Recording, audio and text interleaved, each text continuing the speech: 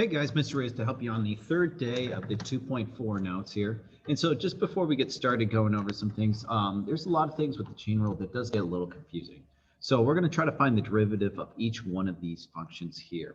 So first problem here, if we have the derivative of cosine of 3x squared.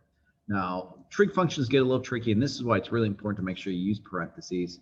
Now, if it isn't assumed there, we would assume that this is cosine of 3x squared inside the parentheses. So it's cosine of something.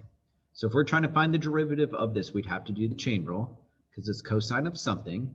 The derivative of anything or cosine of anything would be negative sine of that something. And then we'll have to times by the derivative of the inside there. The derivative of 3x squared is 6x. So this problem here would be a negative 6x sine of 3x squared. All right, next, what if we had cosine of 3 times x squared? Cosine of 3 is a number. So if we think about that's like 5 or 2 or 7, it's some number. So all we have to do, no chain rule here, we're just going to multiply by 2. So this one would be 2 cosine of 3 times x. Drop it down a power. All right, cosine of 3x and then square it.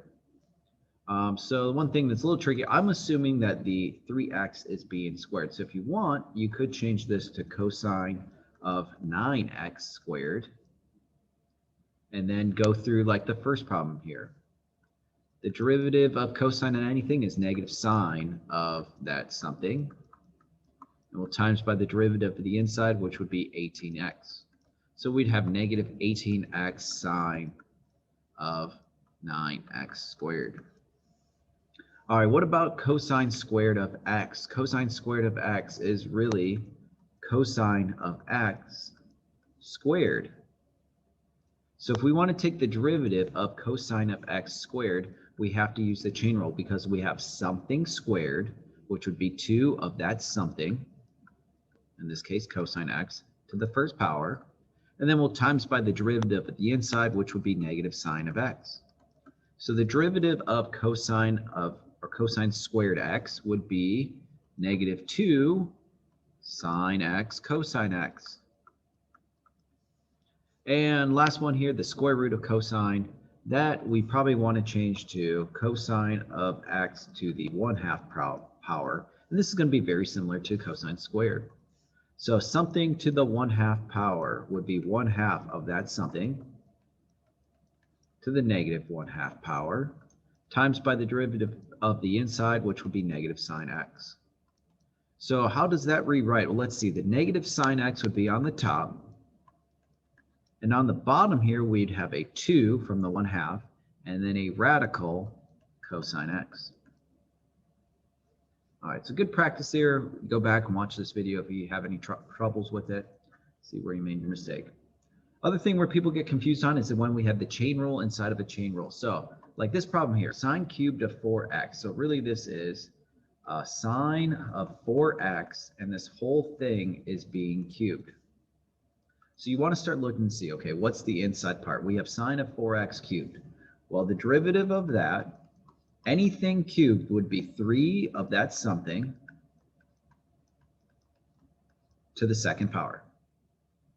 And then we're going to times by the derivative of the inside. Now the derivative of sine of 4x, we got to use the chain rule because we got something inside of that. So the derivative of sine of something is cosine of something. Leave that inside part alone. And then we times by the derivative of the inside part, which would be 4. So how does this simplify? We can multiply the 4 and the 3 together, and we would get 12. The sine of 4x squared becomes sine squared of 4x. And then this is still being multiplied by cosine of 4x. That's the best we can do. So chain rules like presents, we just keep unwrapping until we get to there's no more inside function. All right, so let's try to do this and apply some critical things about the chain rule. So chain rule can help us find, any derivative, find the horizontal tangent. And to do that, just like we did in the previous sections, we need to take the derivative and set it equal to 0. That's how we find a horizontal tangent line. So let's take the derivative of this problem here. We might want to change this to x over 9x minus 1 to the 1/2 power. I'm going to do low d high d low quotient rule to get this started here.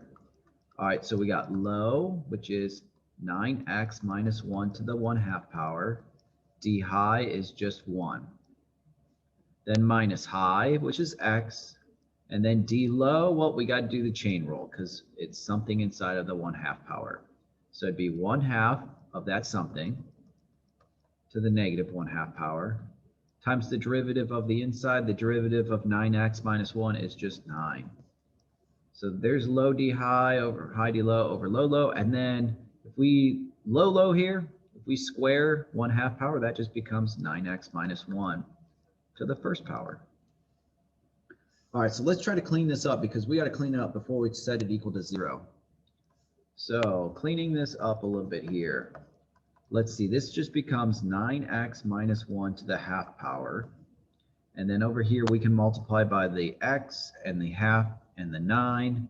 So we get minus 9/2 x times x minus 1 to the negative 1/2 power over x minus 1 to the first. Okay, so still got a lot of work to do here. Next, I'm going to factor out the lowest term that they have in common. They both have these x minus 1s. The lowest one is the x minus 1 to the negative 1/2 power. So if we factor that out from the top, let's see, we would actually add a 1/2 power to this. So this would become a 9x minus 1 to the first power, or just 9x minus 1. And then this would become a negative 9/2 x. And so finally, we get to the point where the derivative is equal to, we can move this down to the bottom here, make it a 9x minus 1 to the 3/2 power. And on the top, 9 minus 9/2 would be 9/2 x minus 1. Okay, so this is why it's important to set the problems equal to, or to be able to simplify the expressions. Because if we want to take this problem here, which is kind of an okay answer for this class, but if we want to take this problem here and set it equal to 0, that gets really complicated. But if I simplify it, now I just want to set this equal to 0 to find a horizontal tangent, I just need to make 9/2 x minus 1 equal to 0. That's all you have to do. Instead of trying to do all this work to make it equal 0, just set that equal to 0. All right, when does this equal 0? Well, we can add 1 over, so when does 9/2 x equal 1? And then we'll multiply by the reciprocal here, so x would equal 2 over 9. That's where we would have a point where we'd have a horizontal tangent. If we actually want to figure out the exact point, we'd plug back 2 over 9 back in, but clearly it's just when x equals 2 over 9. Okay. Let's talk about higher order derivatives. So when we have the chain rule here, we can do chain rule multiple times. And so if we want to find higher order derivatives, we just take our time. We find the first derivative, and we'll simplify it. So 5 of something to the 4th power would be 20 of that something to the 3rd power times the derivative of the inside. The derivative of negative 7x would be just negative 7. So the first derivative is, all right, we can multiply 20 times negative 7, negative 140 of 2 minus 7x cubed. Now to get the second derivative, we need to take the derivative of the derivative. So the second derivative here, all right, we're going to take negative 140 of something cubed would be, okay, what's negative 140 times 3? Negative 420 of that something to the 2nd power, and we times by the derivative of the inside, which would be negative 7 again. So, ooh, man, I don't have a calculator. What is, oh, actually, I got one right here. 420 times 7. So this comes out to be a positive 2,940, 2 minus 7x squared.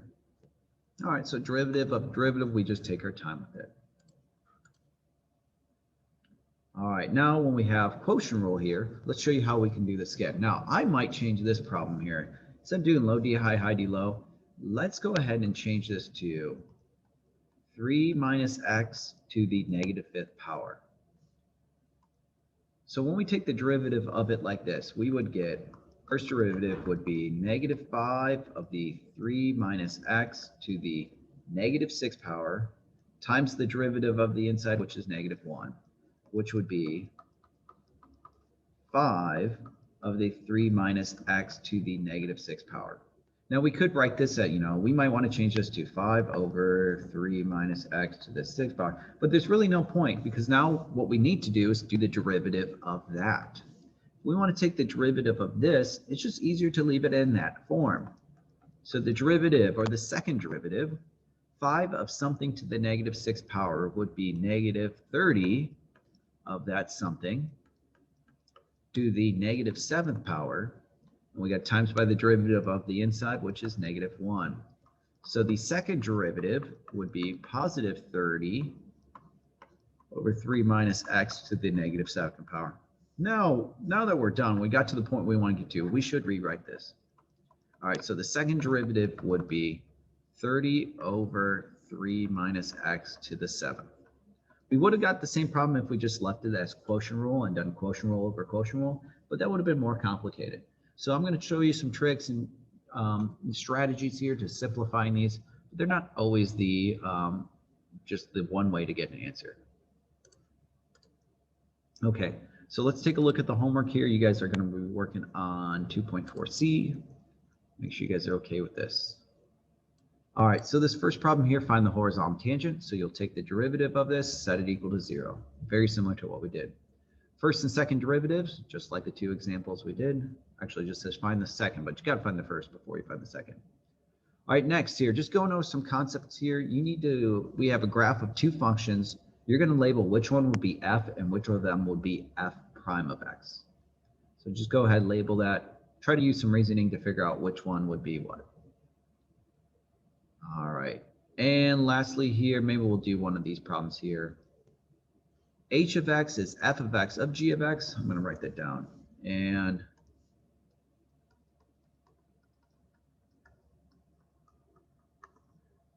s of x is the other way around. It will be g of f of x. Okay.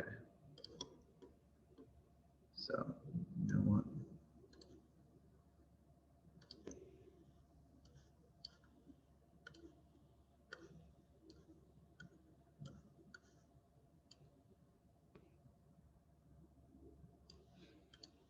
Okay, so if I want to find h prime of 3, to find h prime of 3, maybe I'll write it over here. H prime of 3, we would have to do the derivative f prime of g of 3 times g prime of 3. So let's look at 3 on our chart. Here's 3. I'm going to mark it there, and I'm going to mark it there. So f prime of g of 3. G of 3 is what is the value of g at 3. Is that right? No, g is the gray one. I got those mixed up. The value of g at 3 would be right here at 5. And g prime of 3, what is the slope of g at 3? Would be 1. Well, when we figure out g of 3, now we get 5. And so that's going to help us figure out, okay, f of 5. Here's f, or f prime of 5. Right there. So f prime of 5. What is the slope of f at 5? The slope of this line here is up 1 over 2. So we'd get 1/2 times 1. So this one should be 1/2. Okay, if we want to do the other one here, let me erase this. If we want to find s prime of 9. So s prime of 9, what that would be, let me erase these points here. S prime, so S is g of f of x. So s prime of 9 would be g prime of f of 9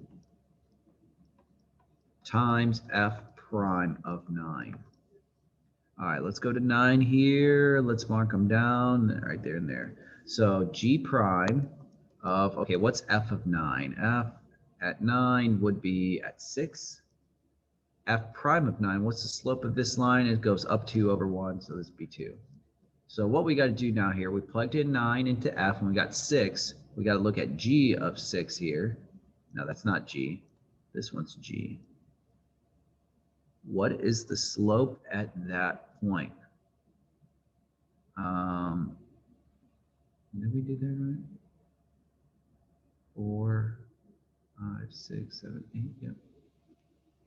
All right, so if I look here, I would say that's down 1 over 1 times 2, and so that would be a -2. All right, guys, if you have any questions, just ask. If not, good luck on this. Check your work and check your answers, and I will see you guys next time.